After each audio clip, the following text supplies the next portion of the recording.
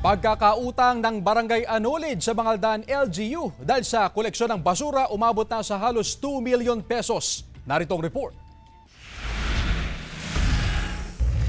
Umabot na sa halos 2 milyong piso ang pagkakautang ng Barangay Anolid sa lokal na pamahalaan ng Mangaldan, Pangasinan dahil sa koleksyon sa basura. Ang mahigit 800,000 pesos dito ay naiwan na utang ng dating administrasyon, habang ang mahigit 1 milyong piso ay naipong utang simula nung nakaraang taon hanggang sa kasalukuyan. Ayon sa punong barangay, wala sanang magiging problema sa bayarin sa basura kung nakakapagbayad ng garbage fee ang mga residente. Doon sa 2,000 plus na household, wala pa sa kalahati ang nagbabayad. So mga 20 to 30% lang yung nagbabayad, at doon pa sa 20 to 30% na yun, kung minsan meron, kung minsan wala. Kabilang sa mga nakikitang solusyon ng barangay ay itaas ang garbage fee, implementasyon ng no payment, no collection policy, at ang huli ay ang withdrawal ng resolution sa LGU. Ibig sabihin, hindi na mangongolekta ng basura ang barangay at hindi na rin magtatapon ng basura ang barangay sa transfer facility. Kanya-kanya ng disposal ng basura ang mga residente. Pinag-uusapan namin kung ano yung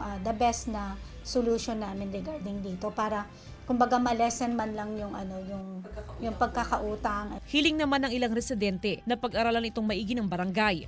Yung nagbabayad, yun ang kukulitin nila ng basura.